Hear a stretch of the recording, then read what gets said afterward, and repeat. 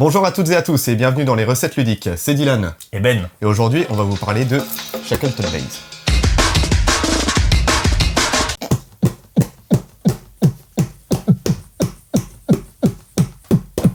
Shackleton Base est un jeu de Fabio Lopiano et Nestor Mangone, illustré par David Simon et édité chez Sorry We Are French. On vous a montré l'intérieur de la boîte parce que c'est joli dedans. Toujours les boîtes de Sorry We Are French. C'est un jeu pour 1 à 4 joueurs, pour des parties entre 1h30 et 2h30, voire 3h si vous jouez à 4. Selon la config. Voilà, et une difficulté qu'on estime sur BGG à 3,5, 3,6. Selon les scénarios. Selon les modules qu'on inclut.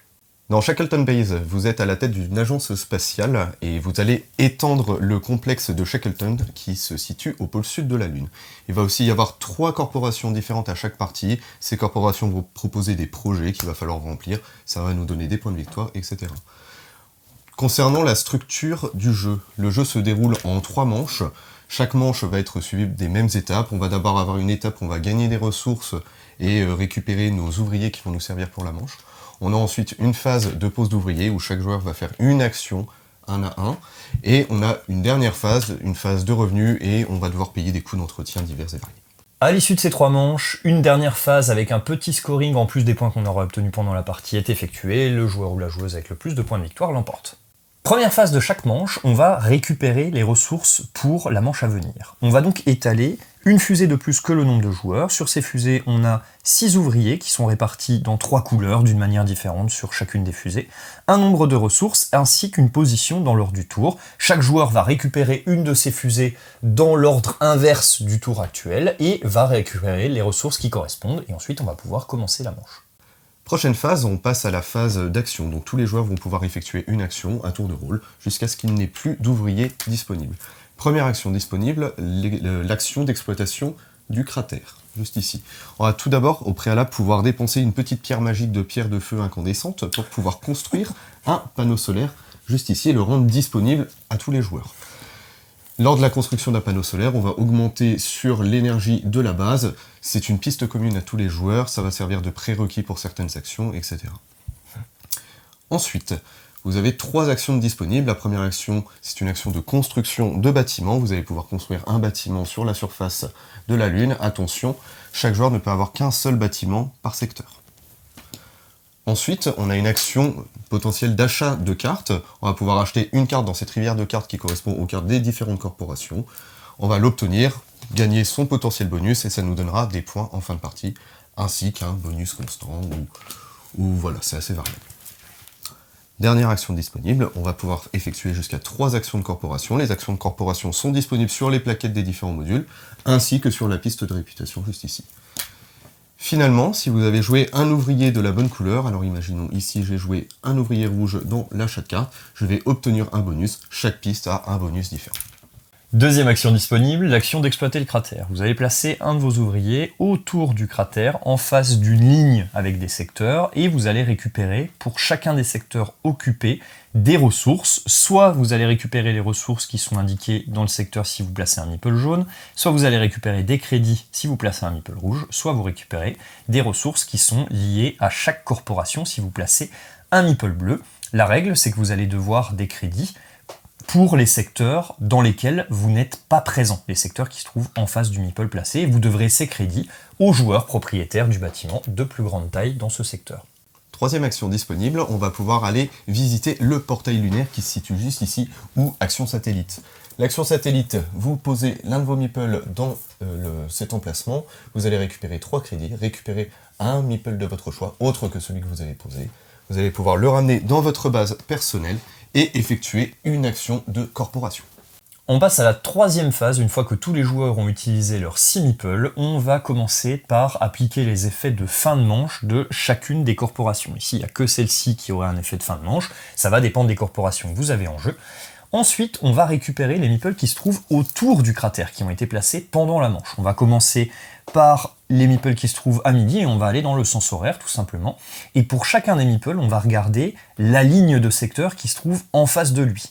On va compter combien d'emplacements sont occupés par les différents joueurs, et le joueur qui possède le plus d'emplacements recouverts dans chaque ligne va récupérer le meeple associé pour le placer dans sa base.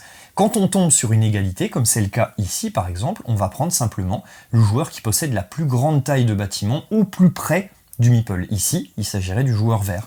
Si je l'avais placé de l'autre côté, il s'agirait du joueur rose, puisque c'est ce bâtiment-là sur lequel on tombe en premier.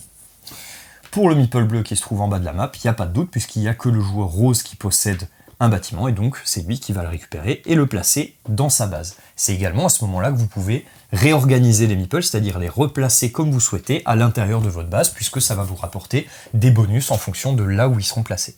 Troisième étape de cette phase de fin de manche, on va récupérer du revenu. Alors ça va dépendre des meeples que l'on a dans notre base personnelle. On va principalement avoir du revenu selon les meeples qu'on a sur les petits bâtiments, mais aussi si on a réussi à mettre dans le plus grand des bâtiments. On va aussi avoir potentiellement du revenu selon les cartes des corpos ou certains modules. Bon voilà, là ça va dépendre des corporations qui sont en jeu. Vient ensuite, quatrième étape, une phase de maintenance où on va devoir payer un coût d'entretien pour nos différents bâtiments. Ce coût d'entretien se paye toujours en crédit, et on va aussi avoir un coût d'entretien selon où est-ce qu'on est sur notre piste de réputation. Tous les crédits qu'on ne va pas savoir dépenser, enfin rembourser pour l'entretien, on va perdre de la réputation en conséquence, et on va pouvoir perdre surtout des points de victoire si on arrive trop bas dans cette piste. Dernière et cinquième étape de cette phase, on enlève tous les meeples de la grille d'action, et on recommence une manche. Une fois qu'on a terminé cette phase 3 d'une manche, on en commence une nouvelle, et une fois que les 3 manches sont terminées, on passe au scoring final. Chaque joueur va marquer des points pour les cartes qu'il a réussi à récupérer. Pour l'occupation des bâtiments de taille 3, qui vont dépendre en fait du type de meeple que vous mettez dedans, vous pouvez obtenir jusqu'à 10 points par bâtiment si vous avez les 3 bons meeples en place. Vous obtenez également autant de points que votre position sur la piste de réputation, et enfin vous marquez des points sur les conditions de scoring des différentes corporations qui sont en jeu. On passe maintenant à la partie critique. Alors on veut mentionner tout d'abord qu'il s'agit d'une copie presse qui nous a été envoyée par l'éditeur. Concernant le nombre de parties qu'on a faites, alors moi j'ai fait 4 parties entières, toi tu en as fait 5. J'ai fait une de plus, ouais. Et j'ai de mon côté 2 victoires et peut-être une troisième, mais je me souviens plus. Ouais, moi je dois avoir 2 victoires aussi, je pense que Voilà, j'ai pas performé de ouf, mais c'était intéressant. Les parties étaient... Il y avait des écarts, ouais, il y a eu des 30 points d'écart. Hein. Il y a eu de la partie très serrée, ouais. Où tout le monde se tient dans les 5-10%, ouais. Et de la partie moins serrée où tu as un écart de 30%. Du 130 à 100 quelque chose, quoi. Ouais. Voilà. Carrément. On commence avec le premier point, c'est un jeu donc à modules, avec des corporations. On a dans la boîte 7 corporations qui sont fournies, et on va en sélectionner 3 parmi 7. Et je vais commencer par ne pas vous parler des modules, je vais vous parler uniquement de la base du jeu, c'est-à-dire la partie qui est commune à chaque game. Moi, ce que j'aimerais mentionner, c'est ce plateau central. Je trouve qu'il est très intéressant à plusieurs niveaux. Il y a un double système de majorité-présence, on va dire, qui est important. Quand on va placer un meeple autour, on va récupérer les ressources, donc en fonction de la couleur du meeple, pour là où on est présent, et là où on n'est pas présent, on va devoir payer une taxe aux joueurs qui possèdent la plus grande taille de bâtiment. Donc ça, c'est déjà assez intéressant. Donc on a envie d'être présent dans des grandes lignes, ou en tout cas d'être présent sur au moins 3 sur 4 potentiellement pour essayer de maximiser ce qu'on récupère. Et dans un deuxième temps, on va récupérer les personnages en fonction de la plus grande taille occupée sur la totalité des cases des hexagones en face, voilà, ouais. Le plus d'espace occupé. Et donc ça, c'est vraiment très sympa. On se retrouve très souvent dans la situation où il y a une égalité, en fait, et où donc le premier, celui qui a la plus grande taille de bâtiment au plus près du meeple, va le récupérer, et on a besoin de ces meeples pour aller travailler dans notre station, enfin en tout cas sur notre plateau personnel, et nous rapporter des bonus. Alors ils font pas tout, mais ils donnent quand même de ça. Moi je trouve qu'ils sont importants, et c'est dur de s'en passer complètement, en fait, de faire une partie sans, parce qu'au final il y a des réductions sur le coût d'entretien, voilà. Je suis d'accord. Il y a des réductions sur l'achat des cartes, il y a des réductions sur le placement ici, il y a des revenus qui sont quand même importants, et il y a du point de fin de partie qui est quand même vraiment pas négligeable. Donc voilà, tout ce système, c'est pas possible. Tu peux pas composer sans. Alors, t'as quand même le portail lunaire qui te permet d'aller en récupérer d'une autre manière, mais c'est vrai que ceux-là, t'as pas envie qu'il y ait qu'un seul joueur qui les prenne. Sinon, tu sais que là, tu laisses beaucoup trop d'avantages à un seul et même joueur. Ouais, carrément. Et je trouve que ce système-là est vraiment bien. Il est pas facile à saisir. J'ai trouvé que aux explications, il est peu clair, ouais. Il est dur en fait à expliquer. Alors je pense qu'il y a une bonne façon de le transmettre et de l'expliquer, mais je me rappelle que déjà sur ma première partie, il y a déjà eu un bug. La première fois que je l'ai expliqué, il y a eu un bug aussi. Ouais. Et je pense que par la suite, il y a effectivement des difficultés. Même quand on a joué avec Thibaut, je crois qu'il y a eu une incompréhension aussi. Ouais, je crois que sur la façon c'était ma deuxième en plus, tu vois, donc c'est vrai que finalement c'est quand même c'est ultra bien, mais c'est effectivement un peu touchy à expliquer, donc faites attention au moment des explications, quoi. Après, ce qui est chouette, c'est que ça met tout de suite une belle dose d'interaction. Ah bah c'est voilà. Et à contrario, par contre, c'est très dépendant du nombre de joueurs. Ah c'est les deux points. Voilà, pour moi, c'est l'une des faiblesses par contre de ce plateau. Peut-être parce que c'est un plateau fixe aussi, en termes de je trouve qu'à 2 joueurs, ça marche moins bien. À 2 joueurs, tu blindes une ligne, donc tu te bats un petit peu pour mettre tes meeples. Tiens, souviens-toi la partie d'hier, où il y a cette ligne-là qui est remplie, et c'est un peu la bagarre pour se placer là et en face. D'un bout à l'autre, effectivement. Mais c'est tout. C'est vrai qu'on n'occupe pas du tout la map à 2 joueurs, il n'y a pas vraiment d'emplacement fermé, et on se retrouve en fait à jouer au même endroit. Pour forcer un peu l'interaction. Il y a une bagarre qui est légère. Il y a une bagarre qui est vraiment beaucoup moins forte que si on était 3 et encore plus 4, où là, on va vraiment occuper le plateau. Là, c'est la guerre, et là, c'est cool. Mais le problème à 4, il y a trop de temps. Il y a trop de temps de jeu, parce qu'effectivement, il y a quand même... Pour moi, il y a de la paix. Oui. Pendant le jeu. Même quand tu le connais bien, en fait, il y a des tours. Tu le connais bien au bout de 5 parties, j'en sais rien, mais en tout cas, on est plus à l'aise. Ça, c'est sûr qu'au début. En tout cas, sur le fonctionnement, etc. Mais en tout cas, on a toujours de la paix, et même sur une partie à 2, on descend pas en dessous de l'heure et demie. On peut pas, en fait. Il y a trop de trucs à analyser et tout ça. Et c'est vrai que les modules.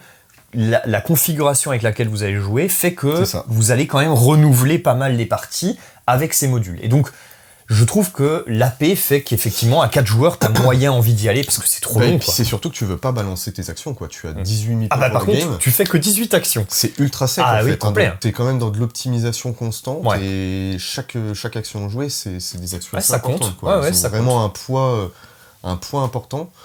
Donc, Autre point que je veux mentionner concernant les modules, c'est qu'ils sont malheureusement très inégaux. Alors, la première partie, on a un set de 3 modules qui sont conseillés. Je pense que ça peut en rebuter plus d'un, parce que c'est un peu ce qu'on appelle des modules d'inet, où ça va être de la transformation de ressources en ressources, ou de la transformation de ressources en points. Et il y en a un qui est très intéressant, ce module-là, qui pour nous fait partie des très bons. C'est le top 1, en fait, c'est le meilleur module. Il y a moyen que ce soit le top 1, parce qu'en fait, il t'induit envie de mettre tout le temps d'interaction entre les joueurs. Et alors on l'a pas joué à 2, mais même à 3 il fonctionne bien. Voilà, c'est vraiment un bon module. Et ça, c'est un peu dommage, c'est que il y a des modules, en fait t'as pas envie de revenir dessus. Et nous, il y en a quoi ? Il y en a peut-être sur les 7, il y en a 3-4 qu'on a vraiment envie de jouer. Oui. Et donc, tu tournes avec cela, quoi. C'est dommage qu'effectivement, il y a des modules qui sont un petit peu trop... pour moi, il y a 3 modules qui sont vraiment d'inet. Soit on échange des ressources contre des ressources, soit on échange des ressources contre des points. Donc là, c'est ressources-points, ressources. Alors là, c'est vraiment d'inet atomique. Et ressources, trucs à activer. Ouais, ça, c'est ressources, trucs à activer. Plus, non, celui-là est bien. Celui-là est bien, mais ça, les 3 là, pour moi, sont totalement dispensables. Les autres sont vraiment intéressants, interactifs, avec vraiment quelque chose de sympa à jouer, je trouve. Ceux-là sont fades, en fait. Ils sont beaucoup moins sympas. Tu sais que j'ai des réserves sur celui-là. Toi, t'aimes bien celui-là ? Il y a l'aspect construction de moteur, en fait. Oui, il y a un peu plus de moteur, c'est vrai. Que t'as le choix parmi toutes les tuiles, et il y en a que 2 c'est disponibles. Limité, c'est limité, donc t'as quand même un peu plus de courses dessus. Oui, je suis d'accord. Et je trouve que tu peux un peu plus orienter ton jeu, tandis que là, tu dépends souvent que de sorties de tuiles, ici. Complet. Bon, voilà, là c'est figé, mais par contre, c'est pas tout. Ouais. Après, sur les modules, on va pouvoir... on va les dérouler, bien sûr. Le Skywatch, très sympa, dans l'idée... Ça, pour moi, c'est un de mes préférés. Celui-là, c'est celui qui chauffe le plus. Au final, je suis un peu... ça t'a pas convaincu de ouf. En fait, c'est parce que les associations n'allaient pas bien. Par exemple, l'association... Qu'est-ce qu'on y fait ? Qu'on explique vite fait Dans celui-ci, il va y avoir un astéroïde qui va se cracher sur la Lune. Donc, il y a une petite tuile qu'on va révéler à la fin de la partie. Et ça va nous indiquer où est-ce que crash. Il va tomber sur un de ces 6 secteurs, en gros. Un des 6 secteurs qui se trouve là sur la première couronne. Et il y a une zone d'impact qui est au centre, plus les 6 tuiles adjacentes. Exactement. Et donc, on va pouvoir travailler pour réduire, en fait. Réduire l'impact à la seule zone du centre, voire réduire l'impact au néant. À zéro. À zéro. Exactement. Sachant que, alors qu'est-ce que c'est l'impact? Parce qu'on parle de l'impact. L'impact, c'est ça détruit les bâtiments et on perd des points selon les tailles de bâtiments et en fonction de notre position ici. Donc, celui-là, il est chouette parce qu'il y a un aspect coopératif, en fait. T'as envie de monter un petit peu, pas trop, c'est assez particulier. Et c'est surtout du gamble atomique. Ah bah, t'arrives à la fin de la partie, si t'as rien fait, tu sais pas où il va tomber, tu révèles la tuile, il tombe pile dans ta zone, t'es niqué, t'as perdu. C'est ça, complètement. Tu peux te lever et puis... Allez, merci, ciao. Bah, moi, le scoring, non, mais je vais pas y participer. En fait, c'est sur le principe que je le trouve super marrant. Hyper marrant. Celui-là est vraiment top. Celui-ci, c'est comment Evergreen Farms. Evergreen, voilà, c'est ça. Donc dans celui-ci, on va construire des fermes. Donc pareil, ça ressemble à des petites tuiles de bâtiments comme ça. Et ça va donner des points de victoire au joueur qui va récupérer le meeple associé à la ligne. Donc imaginons, là il y a un bâtiment ici, c'est le joueur vert qui récupère ce meeple-là, il va gagner les points correspondant à la ferme en question. Ça peut être une grosse source de points de victoire, mais il y a un aspect un peu coop, c'est assez délicat. Moi, celui-là, je trouve... ça renforce en fait les majorités du plateau, exactement. Ça leur donne plus d'importance, et donc potentiellement plus d'importance à aller construire dans tel ou tel secteur. Vous pouvez mettre qu'une ferme par secteur, et il faut que vous soyez présent là où vous construisez la ferme. Et donc, bon, voilà, les cartes associées sont toujours bien. Alors, il y a effectivement il y a quand même des bons paquets de cartes, je trouve, dans chaque corporation, qui permettent d'avoir quand même des associations, de se dire, ok, je vais essayer de jouer à mort là-dessus, et du coup, je vais associer mes meeples à cette construction-là. Pareil sur les fermes, on a un système qui nous permet de construire des bâtiments plus facilement. D'une manière générale, les cartes sont bien fichues et bien accordées, je trouve, aux différentes corporations. Et c'est vrai que on peut pas jouer sans. Ça retranscrit vachement bien en fait l'idée de la corporation. Complet. Et c'est ça qui est très très bien sur ces cartes. Qu'est-ce qu'on a d'autre? On a fait les trois là. Ça, on a dit que c'était full dinette, voilà, transformation de ressources. Atomique. Ici, comment on pourrait le décrire celui-là? Celui-là, il est un peu plus compliqué. Alors, on va récupérer des petits meeples comme ça. Et c'est en fin de manche qu'on va tous les joueurs vont devoir les renvoyer et gagner des points de victoire en conséquence. Si je suis le seul joueur, là j'en ai 2, que je les renvoie, actuellement, chaque meeple va me donner 3 points. Par contre, si on est comme ça et que allez en prendre 2, chaque meeple renvoyé, là ce coup-ci, va donner que 2 points. Donc en fait, t'as pas envie de laisser quelqu'un s'envoler tout seul sur cette piste, parce qu'il va se mettre blindé de points. Clairement. Plus vous videz le plateau, moins les meeples se valent de points. Et donc, en fait, s'il y a quelqu'un qui décide de s'y diriger et que vous le laissez tout seul, il va juste en prendre 3 et récupérer 9 points gratos et vous aurez rien. Alors que d'en prendre un de plus, il va peut-être récupérer plutôt 6 points et vous 2, mais voilà. Mais c'est l'idée. Et c'est très interactif, effectivement. C'est ultra interactif, en fait. Moi, j'adore ça. Et des fois, tu veux juste en récupérer un seul, que j'en sais rien. Peut-être que ça s'est joué entre 2 joueurs où ils en ont pris toute une tripotée. Toi, tu en prends juste un parce que, hop, et puis, tu sauves les balles. Non, mais c'est ça. Non, c'est très bien pensé. Il marche super bien. Et de nouveau, leurs cartes sont ultra bien adaptées parce que ces meeples-là, tu les réutilises sur les cartes. Carrément. Pour du power, des machins comme ça. C'est, je pense, mon module préféré pour. Moi, je suis d'accord. Pour moi, c'est aussi le top 1. En fait, tu le mets dans toutes les configs, celui-là. Parce qu'il marche tout le temps. En fait, c'est ça. Il marche tout le temps. Chouette, et c'est ça qui est génial.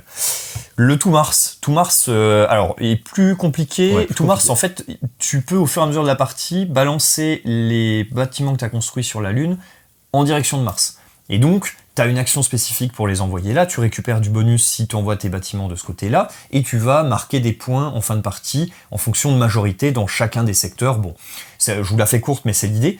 Le truc, c'est que du coup, vous perdez la partie plateau au profit de ce plateau-là. Donc en fait, c'est un petit peu antinomique, c'est-à-dire que tout ce qui va se jouer ici a beaucoup moins d'impact. Donc typiquement Evergreen Farms en fait est un petit peu contradictoire avec ce plateau là parce que là Skywatch aussi parce que là on a envie de jouer, et avec Skywatch, avec celui de l'astéroïde, on a envie de jouer sur le plateau et on s'amuse à jouer sur le plateau. Ici on s'amuse à partir du plateau. Et donc en fait c'est quand même assez compliqué. Alors le nombre d'emplacements est relativement restreint, ce qui veut dire qu'il n'y aura pas de place pour tout le monde, mais n'empêche que ça va un petit peu à l'encontre du plateau de base et de ce qu'on peut faire avec le cratère sur la Lune. Tu peux pas te permettre de complètement l'ignorer. Tu peux pas l'ignorer. Énormément. Il y a trop de points. Il y a des points sur les meeples que tu peux envoyer, des points sur les majors. Des points de fin de partie, c'est énorme. C'est je pense le module qui donne potentiellement le plus de points. Oui, ça apporte beaucoup. Ça, c'est très clair.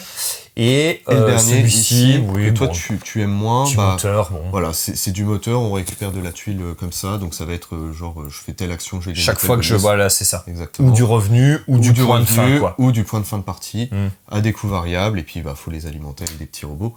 Ouais, moi j'aime bien parce que tu te crées une petite asymétrie, tu te fais des vrais choix stratégiques, je trouve, avec, et ça, je trouve ça plutôt intéressant.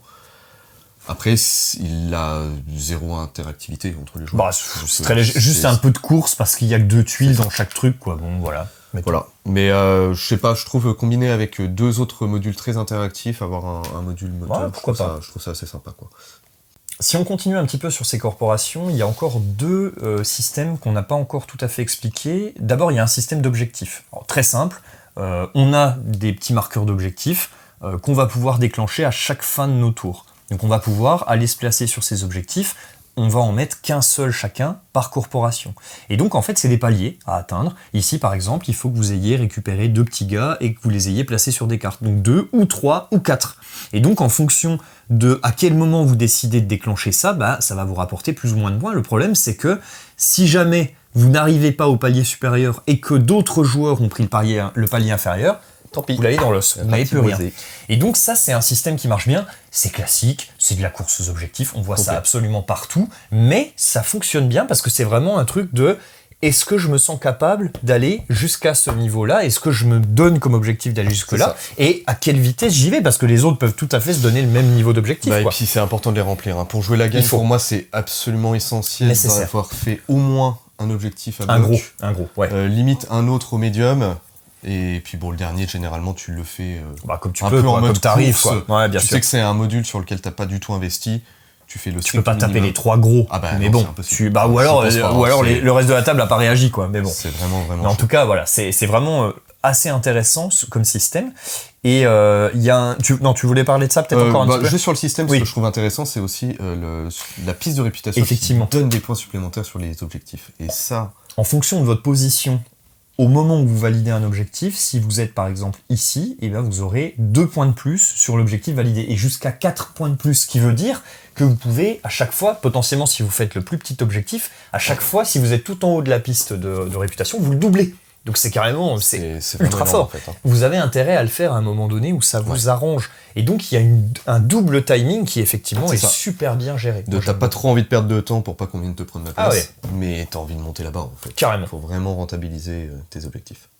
Le deuxième point que je voulais aborder, toujours sur ces corporations, c'est ce système de ressources. Ouais. Ça, on va le placer en fait sur le plateau et on va pouvoir récupérer ces petites ressources qui sont liées aux corporations de plusieurs manières différentes. Mais surtout, ce qui est intéressant, c'est que à chaque fois que je vais envoyer un petit jeton comme ça sur le plateau, je vais augmenter le coût des cartes corporations qui en dépendent. Je vais l'augmenter en termes de crédit et je vais aussi l'augmenter en termes de batterie, d'énergie. Vous savez, la ressource commune dont on a parlé tout à l'heure, je vais l'augmenter autant sur le prérequis qu'il peut y avoir, donc là il faut 5 puis 6 batteries, et ensuite je vais l'augmenter également sur le coût en batterie, donc sur combien je vais devoir en dépenser. Et cette piste de batterie-là, moi je la trouve super intéressante, parce que du coup, comme elle profite à tout le monde, à chaque fois que vous allez l'augmenter, vous avez un petit bonus en termes de points de réputation, donc c'est quand même pas mal, mais vous allez permettre aux autres joueurs potentiellement d'acheter de la carte. Et donc vous avez peut-être pas envie de laisser cette opportunité aux joueurs suivants. Et mais donc, ça arrive souvent en fait, hein. Je trouve que c'est l'un des points au final qui peuvent sembler anecdotiques comme ça, mais c'est l'un des points les plus interactifs. Mais bien sûr, ça paraît tout con, comme ça tu te dis la piste là, on s'en fout un peu, ok, elle est à tout le monde. C'est ultra bloquant en fait. Bien sûr, ça peut être très gênant. Ça peut être très très gênant. Complet. Sachant que alors pour la montée, petit rappel, il faut poser du panneau solaire avec les pierres incandescentes du feu magique.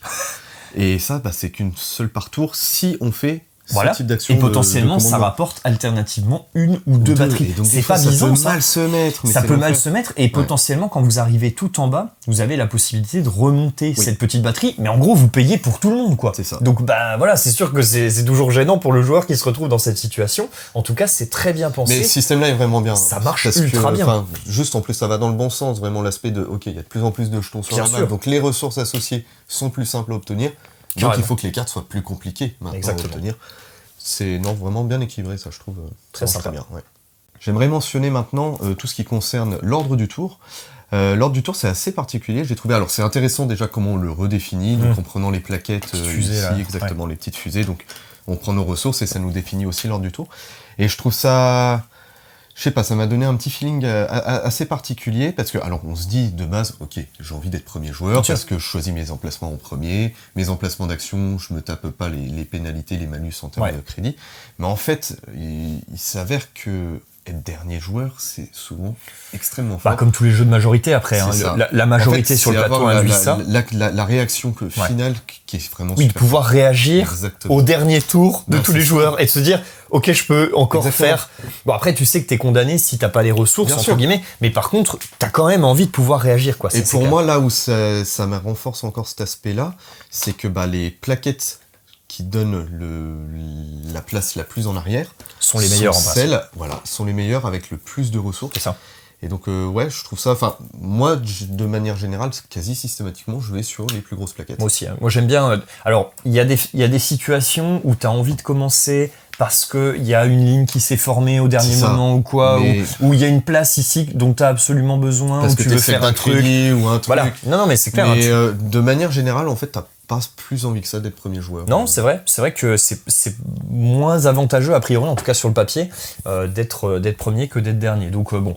Mais en tout cas, très intéressant la façon dont c'est géré, ça c'est vraiment bien. Et autre avantage du dernier, c'est que c'est lui qui va choisir la prochaine plaquette, celle de la manche d'après, c'est lui qui va décider en premier de ce qu'il va récupérer. Et ça, c'est ultra fort, c'est très très intéressant. Bien sûr, il peut choisir quasi de rester dernier tout le long s'il le veut et d'avoir blindé de ressources.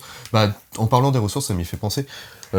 Vachement intéressant, moi, je trouve la gestion des ressources. Je trouve ça assez sec, mais bien foutu, parce qu'en fait, t'as d'un coup un gros réapprovisionnement de ressources en début de manche, plus tes revenus, et je trouve que t'es en baisse constante durant la manche. En fait, tu finis la manche, donc t'es à sec et t'as le coup d'entretien qui vient te latter encore la gueule derrière. Et alors du coup tu te retrouves à dépenser en fait ce qu'il y a sur la piste de. Et ça, je trouve ça vraiment bien foutu. Enfin, le feeling est vraiment bien agréable parce que genre tes 2-3 premières actions de la manche, ça va, tu déroules, tu peux les faire, machin.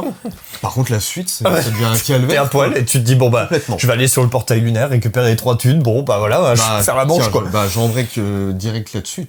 Je sais que t'aimes pas trop cette action portail lunaire. Non, c'est pas que je l'aime pas, mais je la trouve lente et je trouve que c'est un peu l'action c'est l'action du pauvre. C'est pas extrêmement avantageux à mon sens, et c'est vrai que les configs où on s'est retrouvé à jouer beaucoup moins sur le plateau. Et je trouve que ce que ça t'amène ici, le problème c'est que c'est spécialisé. C'est-à-dire que t'as pas le meeple qui va avec, mais t'as quand même, si t'as besoin d'argent, t'as beaucoup plus à gagner en allant autour de la map qu'en allant sur le portail lunaire. Mais c'est vrai qu'il y a cette petite action de corpo. En fait, c'est ça. Pour moi, c'est l'action de corpo. Je perds pas mon tour. C'est ça. Je comprends. Hein. Et il s'avère que sur toutes mes dernières parties, là, en tout cas mes 2 dernières, où je boucle un petit peu, enfin pas complètement, mais je sais pas, sur la partie, je la fais peut-être au moins 5-6 fois, cette action-là. Oh, je sais pas, mais oui, pas loin. Plusieurs fois, surtout au début, en fait pour vraiment aller déjà, te fournir t'es plus à l'aise en crédit, tout. parce que dans le jeu 3 crédits, ça reste 3 crédits, et ça peut être super important. Le fait de ramener un meeple dans ta base, là, tu choisis la couleur, et ça, c'est quand même... Si t'as pas beaucoup de présence, que tu sais pas te battre ici, pouvoir récupérer un meeple de ton choix pour mettre ton revenu comme il faut, ou des choses comme ça, c'est quand même super. Après, tu choisis la couleur, c'est pareil, c'est le défaut lié à la config, c'est-à-dire qu'on a joué à 2, à 3, à 4, il y a que 6 mecs là-bas, ça se bastonne, hein. S'il y a qu'un seul mec bleu... Ça dépend s'ils y vont davantage. Bien sûr, mais je veux dire, s'il y a qu'une seule couleur, tu choisis ta couleur dans la limite du portail. Et c'est-à-dire que là, typiquement, il y a qu'un seul mec rouge, si t'as besoin d'un revenu en thune et qu'on est allé le braco avant, t'es coincé. Ça, c'est évident. Et donc, du coup, tu vas devoir adapter. Si t'as pas mis tes bâtiments comme il faut par rapport à ça, t'es coincé, quoi. Et surtout, le dernier point que je trouve fort, c'est de faire une action de corpo. Et l'action de corpo, en fait, il n'y a pas 10 000 manières de le faire. Il y a soit cet emplacement-là, mais en fait, qui s'avère être très souvent, très rapidement blindé. Fort, flexible et tout, donc super bien. Fort, en fait. Pour moi, c'est un peu c'est la super action, un peu. Et puis sinon, t'en retrouves ici en bonus, t'en fais pas 10 000, quoi, de l'action de corpo.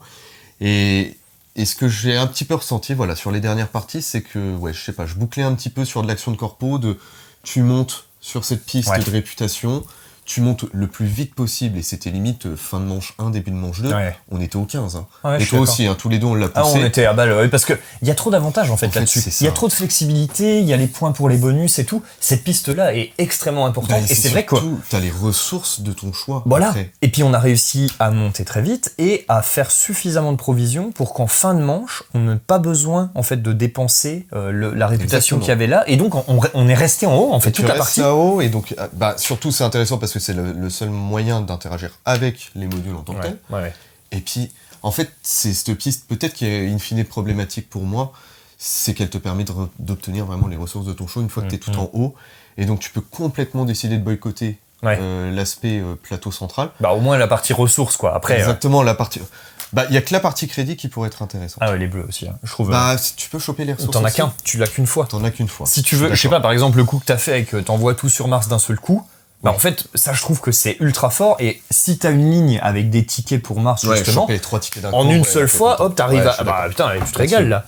Mais bon, c'est sûr qu'il faut arriver à. Il faut avoir configuré comme ça. Enfin, voilà, c'est spécial quoi. Enfin, ça se fait pas à chaque fois quoi. Mais bon, en tout cas. Effectivement, plutôt intéressant comme système, même si je suis d'accord avec toi, hein, c'est vrai qu'on a eu la sensation qu'il y a eu un peu de facilité là, à monter sur cette piste-là, et pardon, à pas la lâcher, en fait, à rester au-dessus, et après ou de faire en sorte de profiter de la flex, quoi. Ouais. Exactement.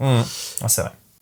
Pour terminer sur les corpos, je voudrais juste revenir sur le fait sur les 3 corpos de départ, en fait, qui sont conseillés comme la première configuration de partie. Alors là où je suis d'accord, c'est que effectivement, on a plus de facilité à aborder le jeu, qui est déjà quand même assez costaud, avec ces corporations-là, et que pour la découverte, c'est quand même un petit peu plus confort et tout ça. Malgré ça, j'ai un petit peu de mal de me dire qu'il y a 2 ou même 3 corpos sur les 7 où je me dis... c'est un peu de la dinette, quoi. C'est un peu des modules où... T'as pas envie de les ressortir. Bah non, t'as pas trop envie de les remettre dedans. Et c'est ça, moi, qui me dérange un petit peu. C'est qu'en fait, je trouve que le jeu, c'est un vrai jeu expert. C'est du vrai costaud. Et voilà, c'est... Enfin... Je trouve qu'il se positionne vraiment comme un jeu avancé. Et en fait, je trouve que on a trop voulu aller vers des joueurs qui étaient peut-être d'un niveau un petit peu plus casu, un peu plus voilà. Alors que moi, j'aurais adoré qu'on affirme vraiment la direction en disant on y va à balle, on fait vraiment un méga jeu expert, on monte à 4, 4-1 sur BGG et on s'en fout. Et on met des corpos costauds tout de suite. Éventuellement, on fait un scénar d'initiation où on met... des corpos factices, entre guillemets, des trucs... Ils sont bien pour appréhender l'interaction. Bien sûr, en fait, tu t'occupes pas vraiment des corpos parce que tu sais qu'elles fonctionnent toutes seules, c'est juste de l'échange de ressources, machin, c'est du bricolage, alors que en fait, on se concentre sur le plateau central et c'est très cool. J'aurais voulu un scénar où on a ces corpos-là, mais qui sont des fausses corpos, en gros, des trucs que tu peux pas réutiliser après parce que c'est vraiment pour l'initiation et après on part sur les vrais. Alors, on se rassure un petit peu, il y a quand même des corporations qui sont très bien. Ça m'est propre parce que effectivement la partie enfin ça te gonfle aussi donc au final voilà, on n'aime pas trop ça parce que la partie dinette on échange des ressources contre des ressources ou contre des points, bon c'est un peu moyen. Par contre l'avantage c'est que potentiellement si le jeu fonctionne correctement, il y a potentiellement des extensions là, avec des modules faciles à intégrer. C'est ça qui est bien. Ça c'est vraiment bien. C'est très cool et on peut dire, voilà, on peut développer du module à côté, on peut même faire du FileMade et tout ça, allons-y, pourquoi pas, je déteste ça, mais bon, allons-y, pourquoi pas. Non mais enfin bon, je veux dire, c'est facile à faire et c'est ça qui est, enfin, facile, c'est plus facile à faire que de toucher au cœur du jeu et on vient plugger des trucs qui peuvent apporter une originalité, une façon de rejouer, une imbrication avec d'autres modules et tout, enfin, je trouve ça super. Ouais. Bah pour rebondir un petit peu sur ce que tu disais, les modules d'inet pour moi ont été problématiques parce que sorti de ma première partie, je sais pas si tu te souviens, je voulais absolument pas. Il s'en rappelait même pas. Il se rappelait même pas qu'il avait joué au jeu. J'avais préféré oublier le jeu tellement ça m'a pas plu et que je voulais absolument pas. Alors que c'est dommage, le truc est bien et en fait c'est vrai que tu te dis franchement je me faisais un peu chier quoi. Mais je comprends mais c'est dommage parce qu'effectivement ces modules là donnent une fausse image de ce qu'est vraiment le jeu. Voilà, c'est ce que je voulais mentionner, c'est que il faut y retourner en fait sur le jeu, faut pas rester sur une première impression. Faites peut-être si vous le découvrez avec les 3 modules recommandés, mais limite utilisez-en d'autres quoi. Il y en a qui sont tout aussi accessibles. Dites-vous que sur les 3 modules recommandés il y a celui-là, dites-vous que les autres sont plutôt comme celui-là que comme les 2 autres. C'est ça, exactement. Donc c'est cool, voilà.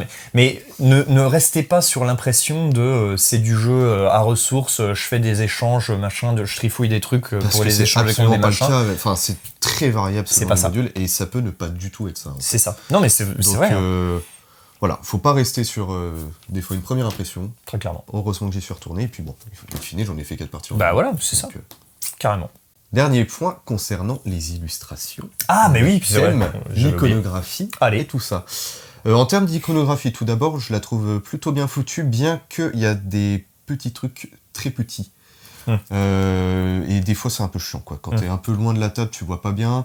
J'en sais rien, par exemple, les petits 3+, 4, là. Alors ça, c'était agaçant. Ouais, de pas s'en souvenir. Alors, une fois que t'as fait quelques parties, celui-là, mais c'est vrai que tu te dis, allez, je vis celui-là, machin, et là, non, il y a un petit 4, vous n'êtes que 3. tac, pas ultra c'est mort. lisible.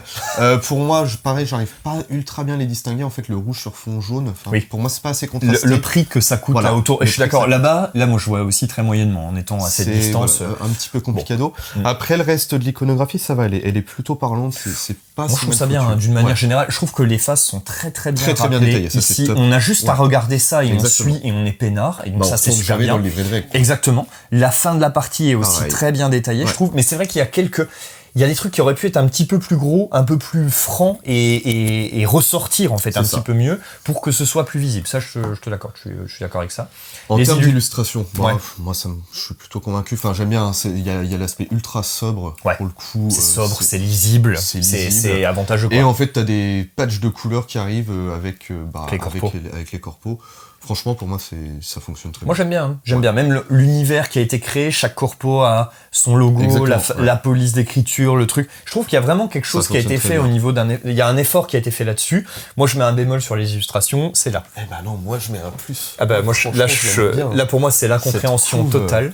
Je trouve que c'est pas du tout attrayant. J'adore le thème spatial, mais alors là, voir un type avec son casque, avec le reflet dessus et tout, ça me branche pas en fait, ça me donne pas du tout envie d'y aller. Et pourtant, il faut passer ça parce que en plus même l'intérêt, je trouve que le reste est pas du tout comme ça. Si la Ah oui, couve oui, le avait reste est été pas du tout celle-là, mais tous les jours, j'y allais beaucoup plus Ouais, facilement. mais là, ça fait trop Beyond the Sun. Eh ben, alors, peut-être que c'est ça que j'aime bien. Mais bon, en tout cas, voilà la Mais différence. moi, je l'aime bien cette couve. Moi, je l'aime vraiment. bien. Votez dans les commentaires. Mettez Pour la couve. Mettez un like pour cette couve. Mettez un dislike pour cette couve. Non, Non. on s'en branle. Je t'ai Faites ce que vous embrouillé. voulez. Et en tout cas, mais voilà, bon, je trouve que c'est le point négatif, c'est que ça. Et pourtant, j'adore ce que fait David Sidbon d'une manière générale. Je trouve que c'est toujours Ah, moi, je très trouve ça propre, très réussi Franchement, sur Iki, sur même sur les petits jeux roll and write, enfin flip and write, Varuna. Déméter, voilà, j'adorais ça, et là, je sais pas, là, j'y arrive pas. Écoute les goûts et les couleurs. Ça me plaît pas. Mais... Mais bon, en Moi, je tout trouve ça cas, plaisant. on est bien. Sur la thématique, on n'y est pas, mais c'est de l'Eurogame. Oui, N'en demandez pas trop, hein. Là, on est Après, il y vraiment a quand sur même un l'Euro. petit effort. J'en sais rien. Le module Mars, par exemple, il fonctionne bien, je Oui, trouve. je suis d'accord avec toi. Il y a quelques Le modules Skywatch, très thématiques ouais, voilà, c'est qui ça. sont OK et qui amènent, voilà, Skywatch, effectivement, tout Mars. Tout Il y a Mars, ça vraiment un fonctionne truc, un plutôt pas effort mal. sur le jeu de base, Sur le sur jeu le de base, reste des bof, modules. non, là, Bon, tu- les c'est fermes pas pour vraiment- Evergreen, je vois pas du tout, je comprends pas trop. Mais bon, mettons, en tout cas, d'une manière générale, on s'en plaint pas et on y va largement. Il est l'heure de la traditionnelle, La tier list. la tier list version baryton. On l'a déjà faite, c'est pour ça, on l'a refait. Je suis pas surpris, c'est pour ça, voilà, sinon, mais. Bon, la tier list version Fais baryton. semblant d'être surpris. Ah, pardon. C'est la version baryton, incroyable! Oh putain. Bon, Billy, qu'en penses-tu? Ah, mais d'habitude, c'est toujours toi, machin. Oh, on l'a déjà tourné, donc bon, on la retourne. Allons-y. Donc Billy, qu'est-ce que t'en penses? Parce que c'est toujours moi qui commence à chaque fois la tier list. Et pour une Allons-y. fois, j'en ai marre que tu biaises mon jugement. Absolument. Je vais mettre ce jeu en A dans la tier list. Pourquoi je le mets en A? Parce que c'est un jeu que j'aime bien, mais que je laisserai pas totalement sur ma table. Pour quelle raison? Parce que c'est un tout petit peu trop long. Je trouve que l'équilibre en fait entre le temps et la profondeur du jeu est un tout petit peu au désavantage du temps, on va dire. C'est-à-dire qu'on y passe on y a joué à deux, justement, pour voir si on arrivait à y trouver notre compte et on arrivait à faire en sorte d'avoir une partie d'1h30, 1h15, un truc comme ça. Ouais, mais... Et en fait, il faudrait qu'on le ponce. Le problème, c'est qu'on n'est pas des ponceurs. On n'est pas des joueurs qui allons boucler plein de fois Mais sur un je même pense jeu. que dans tous les cas, il y aurait quand même de l'incompressible en termes Bah, de temps. il y a de l'AP, il y a trop de décisions, il y a trop de poids en fait sur C'est chacune des décisions. Tu fais 18 actions dans le jeu, si t'en rates une à un moment donné, mange deux, Bah, hop, ça peut être c'est finito. Bah ouais. et donc c'est sûr que c'est bien parce que ça amène de la tension dans le jeu, il y a un vrai enjeu et tout ça, mais il y a des décisions qui sont un petit peu trop soumises à l'AP. Le problème c'est que pendant ce temps-là, l'autre joueur est un petit peu coincé. Et alors en plus, alors évidemment quand on joue à 3 et 4, c'est encore renforcé évidemment, mais voilà, il y a un tout petit peu trop, je trouve, de temps passé par rapport au plaisir qu'on arrive à en retirer. Donc je le mets pas en S, mais je le mets quand même en A, puisque vous avez entendu tous les arguments qu'on a pu évoquer pendant la vidéo, ça fait quand même pas mal, et donc c'est quand même un jeu qui nous a beaucoup plu, quoi. Oui. Voilà, ce sera A pour moi. Et toi, Billy? Ça sera A pour toi. Oui. Ça sera A pour moi aussi. J'étais sûr qu'on serait Oui, d'accord, oui, Billy. Oui, on est d'accord. Alors ça dépend, tu vois, si c'est le premier scénario avec les 3 modules de base, il tombe dans le B, voire dans le C, tellement je m'y amuse pas. Mais vraiment. très rapidos. Après, dans l'idée même du jeu, avec pour une fois des modules qui fonctionnent, ça c'est du S tellement l'idée est bonne. Moi aussi je trouve que l'idée est excellente et même le cœur est très très bien. Le problème c'est que dans la réalisation, il manque un petit truc. Il y a un tout petit truc. Et moi ce qui me chiffonne c'est que mes 2 dernières parties, je boucle globalement sur le même type de strat, qu'on soit à 2 ou 3 joueurs. Et ça, moi, ça me dérange.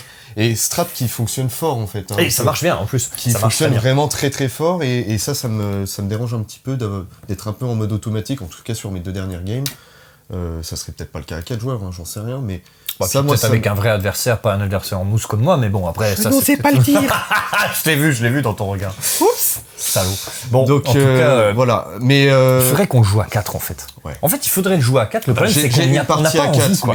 Mais ouais, trop long. Enfin, là c'est la croix à la bannière. Bah, moi, c'est pareil. Il y a la première partie à 4, elle est vraiment démesurée en termes de temps. Alors, évidemment, vous allez me dire, c'est la première, il faut y retourner, machin, gna. Bah oui, mais bon... N'empêche que c'est du temps en plus, y a pas de, c'est flat, je veux dire, il n'y a aucune phase qui est simultanée, il n'y a pas de truc on réduit le nombre de manches non, on fait exactement les mêmes choses, donc il y a 18 meeples fois le nombre de joueurs en plus. Voire même ça rallonge encore un peu plus parce que plus de chaos de joueurs avant ton tour. Du coup, plus de recalcul quand ton tour arrive. Quand ton tour arrive. Exactement. Franchement, c'est juste beaucoup plus long. C'est trop. Ça renforce la paix, c'est trop. C'est un peu trop, et donc c'est dommage parce que le jeu, je pense, a son plein potentiel à 4, donc il faut être prêt à investir du temps là-dedans. C'est ça. Si c'est votre cam, franchement, et que vous avez du temps à investir là-dedans, allez-y à balle, parce que à 4, je pense que c'est vraiment la bonne config, c'est le sweet spot. C'est parfait. C'est trop long. Pour nous, c'est trop long. Voilà, c'est juste le petit décalage qui fait que il monte pas jusqu'en S, mais il arrive quand même en A. Mention honorable avec un A. Ah, on invente maintenant. Honorable. On s'en fout. On peut tout faire. Honorable. C'est notre chaîne. Qu'est-ce qu'on en a à foutre ? C'est vrai que c'est la tier list des recettes ludiques. Bon, il est en train de bugger. Mais ouais, pour finir pareil, en A pour moi.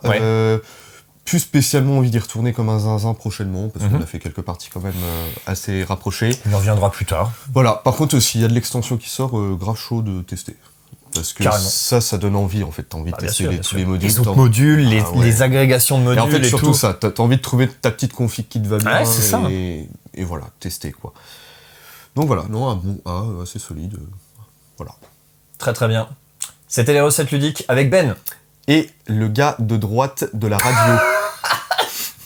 Dédicace à Ginette de la dernière vidéo. Salut Ginette. Merci d'avoir regardé cette vidéo. On vous dit à bientôt pour de nouvelles recettes ludiques. Ciao. Salut, bye. Message de la PCL. Lisez, écoutez et regardez des avis contradictoires. N'achetez pas sur l'avis d'une seule personne de référence. Testez les jeux dans votre ludothèque, votre café-jeu, votre boutique ou encore en festival. Ceci est un message de la prévention du chouinage ludique.